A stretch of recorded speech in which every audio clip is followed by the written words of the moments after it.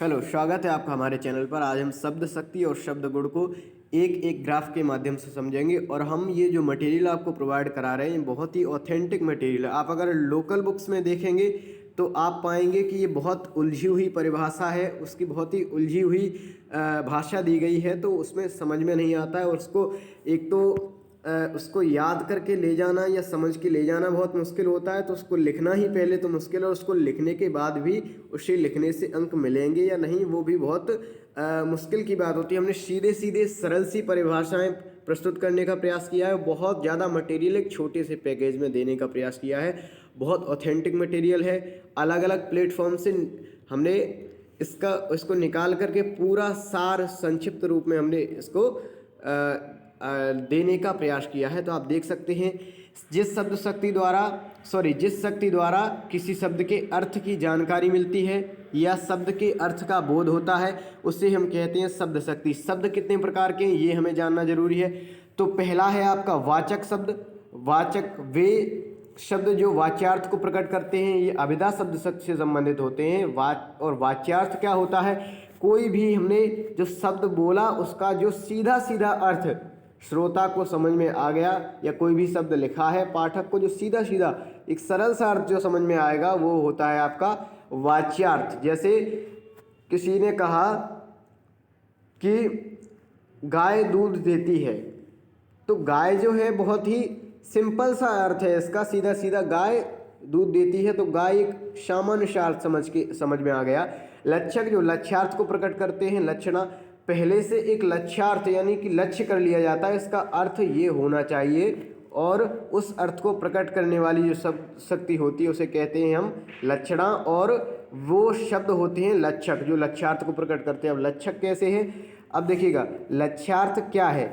जैसे कि कहा कि रवि शेर है, तो कोई व्यक्ति शेर तो हो नहीं सकता, वास्तविकता में तो कोई व्यक्ति शेर नहीं हो सकता, रवि इंसान है। लेकिन शेर के माध्यम से उसके कुछ गुण जो हैं, हो सकता है कि वो बहुत बहादुर हो, तो उसको शेर इसलिए कह रहे हैं उसके लक्षणों के आधार पर, तो वो लक्ष्यार्थ को प्रकट करती है। व्यंजक जो व्यंग्यार्थ को प्रकट करते हैं, व्यंजना शब्द शक्ति से संबंधित होते हैं। अब आप व्यंग्यार्थ क्या है, इसको आप जब व्यंजना शब्द शक्ति समझेंगे तो समझ में आ जाएगा। अभिधा या प्रथमा या अग्रिमा तीन नाम हैं शब्द अभिधा शब्द शक्ति के। तो आप देखेंगे इसकी परिभाषा, वह है शब्द शक्ति जिसके द्वारा किसी शब्द के प्रचलित या मुख्य अर्थ का बोध होता है, अभिधा शब्द शक्ति कहलाती है। प्रचलित अर्थ है, जैसे कि मान लीजिए कि विद्यालय कहा, तो विद्यालय एक प्रचलित अर्थ है कि विद्यालय को ही विद्यालय कहते हैं, अगर हम सामान्य सी बात कहें। जैसे गाय दूध देती है, गाय यहाँ पे वाचक शब्द है। वाचक शब्द मैंने बताया था सरल अर्थ को बोध कराता है। और मुख्यार्थ इसका जो है वो है आपका एक पशु। गाय क्या है? एक पशु है। वो सीधे सीधे श्रोता को समझ में आएगा। जैसे किसी ने गाय कहा तो सीधे सीधे समझ में आएगा कि एक पशु की बात की जा रही है।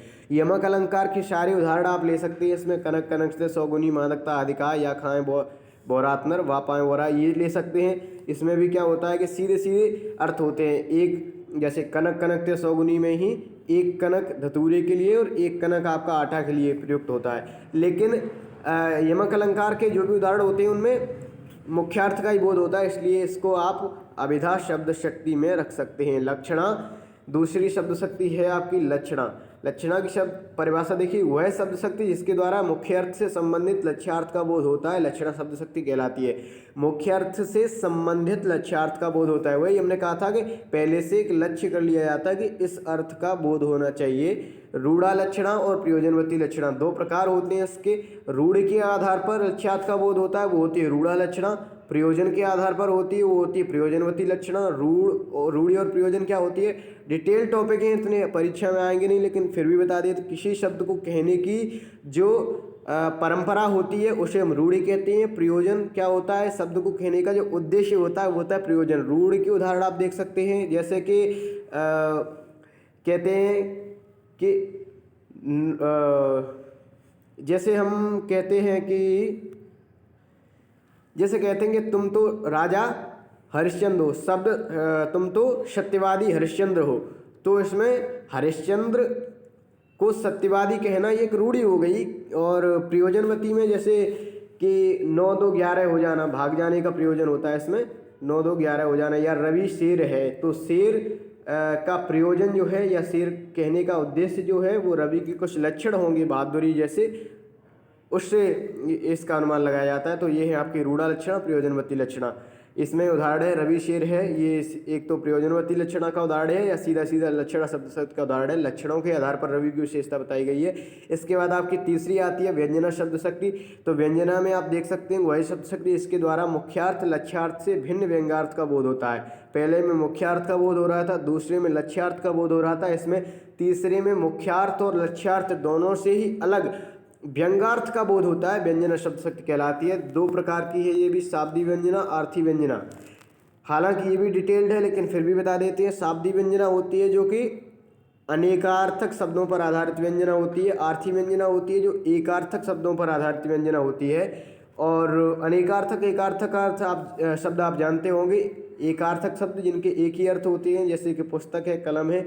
अनेकार्थक शब्द जिनके अनेक अर्थ होते हैं। और इंदौर मध्य प्रदेश की मुंबई है, तो इसमें देखिए मुख्यार्थ तो है नहीं, मध्य प्रदेश की मुंबई, मुंबई तो एक अलग है, मध्य प्रदेश में मुंबई है नहीं, तो मुख्यार्थ तो ये हो नहीं सकता। इसके बाद आई बात लक्ष्यार्थ की। लक्ष्यार्थ की बात आई तो आप इसमें ये देख सकते हैं कि इंदौर मध्य प्रदेश की मुंबई है, इसे लक्ष्य करके भी नहीं कहा गया है। तो ये मुख्यार्थ और लक्ष्यार्थ दोनों से भिन्न एक अर्थ है, जिसे कहते हैं व्यंग्यार्थ, उसका बोध करा रही है। जैसे मैं सुकुमार नाथ वन जोगू, तुम्हें उचित तप मोकऊं भोगू, ये भी आ जाता है उदाहरण। मैं तो सुकुमारी हूँ नाथ, आप बन के योग्य हैं। तो अब इसमें देखेंगे मुख्यार्थ तो बिल्कुल नहीं हो रहा। लक्ष्यार्थ, इसमें लक्ष्यार्थ भी नहीं, क्योंकि लक्ष्य करके भी नहीं कही जा रही है बात, तो ये व्यंग्यार्थ है। क्यों? और इसमें एक और इसकी विशेषता होती है, प्रत्येक व्यक्ति के लिए इसके अलग अलग अर्थ होते हैं। प्रत्येक श्रोता के लिए हो सकता है, कोई बहुत पढ़ा लिखा श्रोता है तो वो उसको बहुत ही बारीकी से समझ सकता है, और अगर मान लीजिए कोई अनपढ़ व्यक्ति को वही शब्द आप कहेंगे तो वो उसको अलग तरीके से ले रहा होगा। जैसे कि सूर्य अस्त हो गया, सूर्य अस्त हो गया। अगर सास और बहू के संवाद में अगर ये बात कही गई तो इसका अर्थ क्या होगा कि सूर्य अस्त हो गया, आपका ये चौका चूल्हा करने का या फिर खाना बनाने का समय हो गया। अगर किसान के लिए बात कही गई तो इसका अर्थ होगा कि सूर्य अस्त हो गया है, मतलब कि ये संकेत दे रहा है कि अब अपना हल चलाना बंद करो या जो काम कर रहे हो वो बंद करो। और पढ़ने वाले विद्यार्थी के लिए कहा गया तो उसके लिए भी कुछ अलग अर्थ होगा। तो प्रत्येक व्यक्ति के लिए इसमें अलग अलग अर्थ का बोध होता है, उसे कहते हैं व्यंजना शब्द शक्ति। तो इस प्रकार आप शब्द शक्ति समझ गए। इसके बाद हम शब्द गुण को देखते हैं। तो अब है हमारी शब्द गुण या काव्य गुण की बारी। तो काव्य के वे तत्व जो सदैव रस के साथ रहते हैं और रस के नित्य धर्म होते हैं, काव्य गुण कहलाते हैं। नित्य धर्म का मतलब जो रस के बिल्कुल साथ ही रहते हैं। जैसे काव्य की शोभा बढ़ाने वाले तत्व होते हैं अलंकार, और वैसे ही रस के साथ रहते हैं, रस को सार्थक बनाते हैं, वो होते हैं आपके काव्य गुण या शब्द गुण।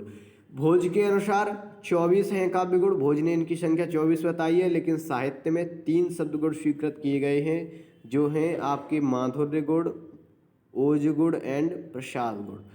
तो माधुर्य गुण की परिभाषा है वह काव्य गुण जिससे सहृदय यानी कि जो सुनने वाला है उसका चित्त द्रवित हो जाता है, माधुर्य गुण कहलाता है। इसमें भजमन चरण कमल अविनाशी, ये ले सकते हैं उदाहरण। बसो इन नैनन में नंदलाल, ये ले सकते हैं। और भी ले सकते हैं, छाया करती रहे सदा तुझ पर ग्रीवा की छाँव, ऐसा कुछ है वो उदाहरण, वो ले सकते हैं। श्रृंगार, शांत, करुण रस, इन तीनों से संबंधित होती है आपकी माधुर्य शब्द गुण। और कोमल वर्णों का प्रयोग होता है इसमें, जैसे या, ला, मा, वा, ब, बहुत ही कोमल होते हैं। और इनके बाद है ओज गुण। तो वह काव्य गुण जिसके पढ़ने या सुनने से चित्त की उत्तेजना वृत्ति जागृत होती है, ओज गुण कहलाता है।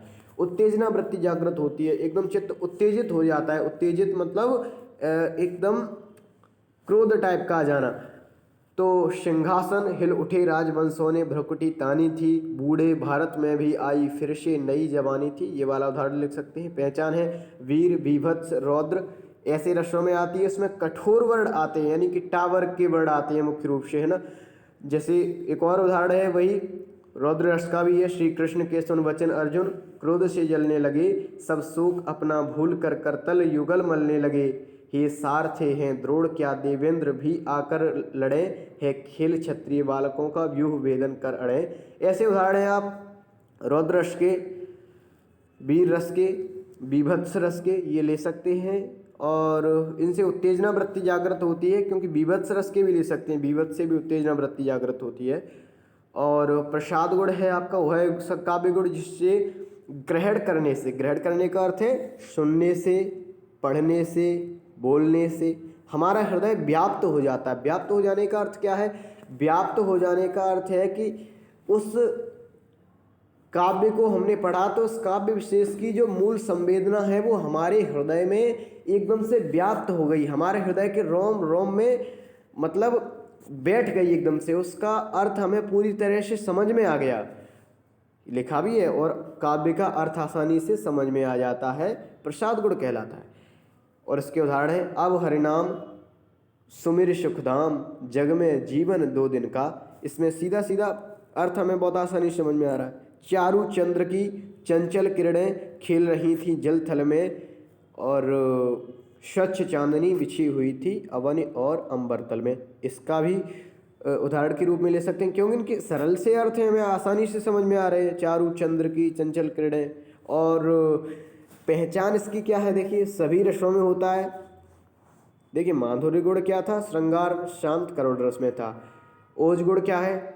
आपका वीर बीभत्स रौद्र रस में पाया जाता था। और इसकी पहचान है सभी गुण में, और इनमें वर्णों वाली बात नहीं है, कोमल वर्ण कठोर वर्ण, इनमें ये है, इनमें यह है कि शब्दों का जो अर्थ है बड़ा सरल और सुबोध हो और हृदयगामी हो, बड़े आसानी से समझ में आ जाए, बस यही इसकी पहचान है। तो इस तरह से आप देख सकते हैं ये आपके काव्य गुण या शब्द गुण समाप्त हुए हैं। हम कोशिश कर रहे हैं निरंतर कुछ ना कुछ अच्छा आपको प्रोवाइड करने की।